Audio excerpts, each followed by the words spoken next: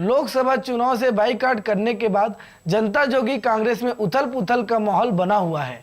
इस पार्टी के गठन के साथ भारी मात्रा में अपनी पार्टियां छोड़कर विभिन्न कार्यकर्ता व नेता जेसीसी में शामिल हुए थे, परंतु विधानसभा चुनाव में बहुत अच्छे नतीजे नहीं आने की वजह से वे लोकसभा में अपने आप को सीधे बाईकाट करने के कारण जेसीसी के विभिन्न कार्यकर्ता घर वापसी अभियान छेड़े हुए हैं। इसी कड़ी में 18 अप्रैल को बिलासपुर जिले के बेलतरा विधानसभा क्षेत्र के लगभग 200 जेसीसी कार्यकर्ता घर वापसी कर कांग्रेस में शामिल हुए। यह सिलसिला लगातार लोकसभा चुनाव से अपने आप को अलग करने की घोषणा के साथ ही शुरू हुआ था। अब तक भारी मात्रा में जेसीसी के कार्यकर्ता अपने अपने दलों में वापसी कर चुके हैं। शुरुआती दिनों में जेसीसी पार्टी में बहुत बड़े बड़े चेहरों को देखा जा सकता था, परंतु इन दिनों कुछ एकाध चेहरे ही नामी बचे हैं। अब आगे आने वाले दिनों में देखने वाली बात होगी यह पार्टी कितनी मजबूती से अपने वजूद को बचाने में कामयाब होती है।